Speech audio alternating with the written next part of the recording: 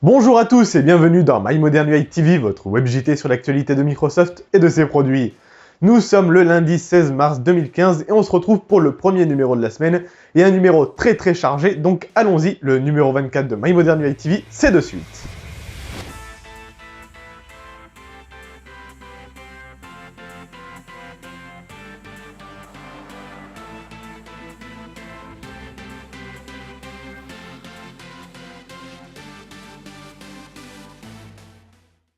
Petite news rapide pour commencer, mais après la disponibilité en précommande du Lumia 640 début mars, voici la disponibilité du Lumia 640 XL en précommande sur le Microsoft Store pour un tarif de 249 € et une livraison estimée au 23 avril prochain. Pour rappel, ce téléphone fraîchement annoncé au début du Mobile World Congress qui a eu lieu début mars, vous offre pour ce tarif de 249 € un écran de 5,7 pouces, un capteur photo arrière de 13 mégapixels, un capteur photo avant de 5 mégapixels, une prise en charge du double SIM, le tout en 4G avec Windows Phone 8.1 GDR2 préinstallé. Vous aurez également le choix des couleurs entre orange, blanc, noir ou cyan. Selon une vidéo récente de Windows 10 dans une build non publique, on aurait désormais la possibilité de faire du drag and drop, c'est-à-dire du glisser-déposer de nos fenêtres vers un autre bureau virtuel. Actuellement dans la build publique de Windows 10, la 9926, quand on veut déplacer une fenêtre du bureau 1 vers le bureau virtuel 3 par exemple, il faut faire un clic droit sur cette fenêtre, puis choisir déplacer vers le bureau 3. Il serait maintenant possible de faire glisser la fenêtre vers le bureau virtuel de notre choix, ce qui serait surtout bien plus pratique pour les utilisateurs tactiles de Windows évidemment. Dans le reste des fuites, on note aussi la possibilité de sélectionner un réseau sans fil de manière plus rapide, sans l'ouverture de l'application paramètres, donc au final comme sur Windows 8.1. Et on note également un nouvel écran d'installation de Windows 10 entièrement refait, plus propre et toujours plus simple. Jusqu'à maintenant, Skype n'était pas écouté officiellement par les autorités françaises, car celui-ci n'était pas considéré comme un opérateur. Cependant, le statut de non-opérateur de Skype risquerait de changer suite à un amendement sur la loi Macron. En effet, les opérateurs français doivent s'enregistrer dans une base de données chez l'ARCEP, le régulateur des télécoms donc, mais personne ne pouvait forcer un opérateur de communication à se soumettre à cette déclaration. Skype est ainsi considéré comme un opérateur de communication électronique, et devrait être inscrit normalement auprès de l'ARCEP car celui-ci permet d'appeler un numéro fixe ou mobile. Ce 19 mars, le Conseil des ministres examinera un amendement possible sur la loi sur le renseignement qui est lié au dispositif Macron. Le but est de mettre en place un service d'écoute spécifiquement applicable à Internet, car même si Skype est la priorité numéro 1 de l'État, celui-ci n'oublie pas qu'il y a également Hangouts, Facebook Messenger et WhatsApp Messenger qui seraient concernés par des mesures similaires si le dispositif est accepté. La France justifie de telles mesures sur le fait qu'en cas d'urgence ou de menace à la sécurité du pays, il serait plus pratique pour eux d'avoir une batterie de programmes pour être plus efficace sur le web, sans avoir à utiliser une éventuelle faille.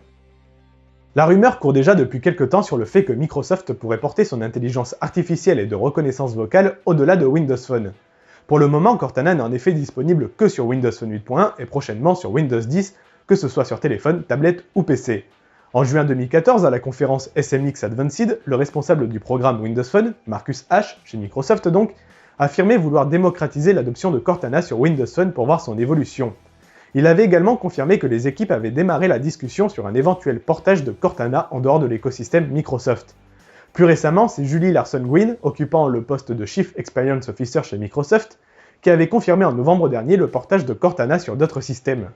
Eric Horvitz, responsable de Microsoft Research, aurait indiqué à l'agence Reuters que les travaux sur le portage de Cortana seraient toujours en cours avec l'apparition d'un nouveau projet baptisé Einstein, visant à optimiser le degré d'intelligence artificielle de Cortana.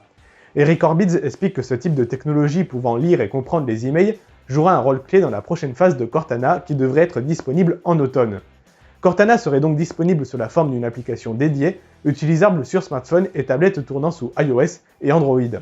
Ce qui n'est pas surprenant étant donné que pratiquement toutes les applications de Microsoft sont disponibles sur les systèmes concurrents. Reste à savoir maintenant la place de Cortana dans des systèmes où elle ne sera pas aussi libre que dans les systèmes de sa maison mère. OneNote Clipper est un service web qui permet de capturer rapidement le contenu d'une page web pour ajouter celui-ci à son carnet OneNote. Ce service dispose désormais d'une nouvelle interface plus intuitive. Cette nouvelle version permet également d'extraire plus intelligemment le contenu de la page web. La capture d'écran complète d'une page web s'améliore en proposant maintenant d'extraire le contenu d'une page soupçonnée d'intéresser l'utilisateur. OneNote Clipper propose désormais uniquement sur Google Chrome de faire une capture d'écran d'une région de la page web. Et pour terminer, comme la majorité des produits Microsoft, l'application ajoute un bouton pour envoyer des retours ou des suggestions à l'équipe de développement, en plus de l'user voice mise en place pour OneNote. Alors que l'année 2014 a marqué une petite montée sur la vente de PC, le marché replongerait à nouveau en 2015. C'est en effet l'Institut IDC qui pense que les ventes d'ordinateurs déclineront de 4,9% cette année dû à un climat économique toujours défavorable. Il précise que pour l'année 2014, les choses étaient bien différentes dû à l'arrêt du support de Windows XP en avril 2014, ce qui avait entraîné un renouvellement forcé des parcs d'ordinateurs. En précisant également que le tassement des ventes de tablettes avait permis des prix plus agressifs dans la vente d'ordinateurs. Pour rappel, le marché du PC avait bondi de 8,4% en 2014. Mais d'après Intel, les petites et moyennes entreprises n'ont pas encore migré suffisamment comme ils le pensaient leur vieux parc informatique, toujours à cause du climat économique, avec un dollar très élevé en ce moment. Pour les pays émergents, les ventes seraient en déclin de 9,5% en 2014, liées selon IDC à une instabilité politique, la baisse des prix des matières premières et la dévaluation des devises. Selon Jetshu, analyste chez IDC, l'écosystème PC a commencé à récolter les fruits des efforts visant à réduire la fracture avec les appareils mobiles en ce qui concerne l'expérience d'utilisation et le prix. Sinon, pour ma part, je pense juste que le marché du PC n'est pas celui d'un smartphone. Une fois un particulier ou une entreprise équipée, ils n'ont clairement pas besoin de changer sa machine chaque année, ni même dans 5 ans. La durée de vie et la compatibilité des produits étant bonnes sur le long terme, pourquoi changer pour changer si sa vieille machine tourne encore très bien? De plus, les analystes pensent que Windows 10 va changer la donne, mais encore une fois, ça ne sera pas le cas, non seulement car monsieur et madame Michu se foutent royalement de Windows dans leur machine, et de plus, Windows 10 sera gratuit et installable sur nos vieilles machines. Donc pourquoi croire que les gens achèteront une nouvelle machine juste pour Windows 10 si leur vieille machine peut le recevoir sans souci et le tout gratuitement? Enfin bref. L'équipe MSN change de division en passant de la division applications et services vers la division chargée des systèmes d'exploitation. Un changement dû à une guerre en interne chez Microsoft qui dure depuis quelques mois, le tout à cause d'Internet Explorer. En effet, Internet Explorer, qui affiche le site MSN par défaut, sera remplacé par Spartan avec Windows 10. L'équipe en charge de Windows aimerait que la page par défaut de Spartan affiche un site faisant promotion de Windows 10, alors que la division applications et services souhaiterait que ce soit MSN et l'équipe Bing voudrait que ce soit le moteur de recherche Bing en page d'accueil. En bref, l'équipe Windows, l'équipe MSN et l'équipe Bing se battent pour mettre en page d'accueil dans Spartan leur projet.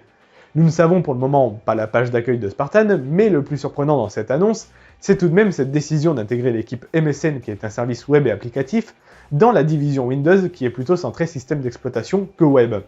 Quoi qu'il en soit, maintenant que MSN fait partie de la division chargée des systèmes d'exploitation, elle sera dirigée par Terry Myerson, qui se charge déjà de toutes les versions de Windows chez Microsoft. Personnellement, je pense que le moteur de recherche Bing en page d'accueil par défaut serait la meilleure solution, reste à savoir la décision finale de Microsoft. Une rumeur en janvier courait sur le fait que Microsoft investissait dans Cyanogen, ce fameux folk d'Android pour aider au développement ce concurrent à l'Android de Google. La rumeur via le Wall Street Journal indiquait une somme de 70 millions de dollars. Sauf que tout ceci serait faux. Bloomberg explique aujourd'hui que Cyanogen ne recevra pas le moindre centime de la part de Microsoft, malgré le fait que son créateur cherche à obtenir 110 millions de dollars. Cependant, ce non-investissement ne veut pas dire que Microsoft n'a pas fait de chèque ou ne fera pas de chèque à Cyanogen pour proposer nativement ses applications maison, comme OneDrive, Office, Skype et j'en passe, comme ce sera le cas des futurs Samsung Galaxy S6. Quoi qu'il en soit, le silence de Cyanogen et Microsoft sur le sujet laisse tout de même penser à d'éventuelles discussions, sinon ces rumeurs auraient été démenties officiellement depuis longtemps. On passe cette fois-ci à une actualité sur ce qui pourrait être l'avenir pour de nombreux handicapés. En effet, l'organisation à but non lucratif Limitless Solutions, en partenariat avec Microsoft, travaille énormément sur la conception de prothèses de membres bioniques financièrement abordables. Le but est de rendre accessible plus facilement cette technologie, très coûteuse, auprès d'un plus large public, puisqu'ici l'organisation réalise ces prothèses via une impression 3D, ce qui va permettre de la vendre à 350 $. Et c'est un jeune garçon, Alex Spring de son nom, âgé de 7 ans, habitant la Californie, et possédant un bras droit partiellement développé, qui a été invité à Atlanta pour rencontrer un de ses idoles, à savoir Tony Stark, alias Monsieur Iron Man. Mais vous vous doutez bien que Alex n'a pas été invité pour seulement venir voir un de ses acteurs favoris, il est aussi reparti avec une prothèse de bras fonctionnelle ressemblant à celle de son héros favori. Bref, une bien belle histoire, une belle évolution dans ce domaine qui servira à de nombreux handicapés, et sachez que l'organisation Limitless Solutions est toujours ouverte aux dons si vous le souhaitez, évidemment. Et ce sera tout, fort heureusement, pour aujourd'hui. Mais l'actualité ne s'arrête jamais, donc si vous souhaitez suivre l'actualité de Microsoft et de ses produits minute par minute, il y a toujours ces quelques sites références. Et retrouvez également l'essentiel de l'actualité sous forme de débat sur lifestyle.fr pour un podcast audio bimensuel. Je vous souhaite donc une excellente journée et je vous dis à demain pour la suite de votre quotidienne sur l'actualité de Microsoft et de ses produits.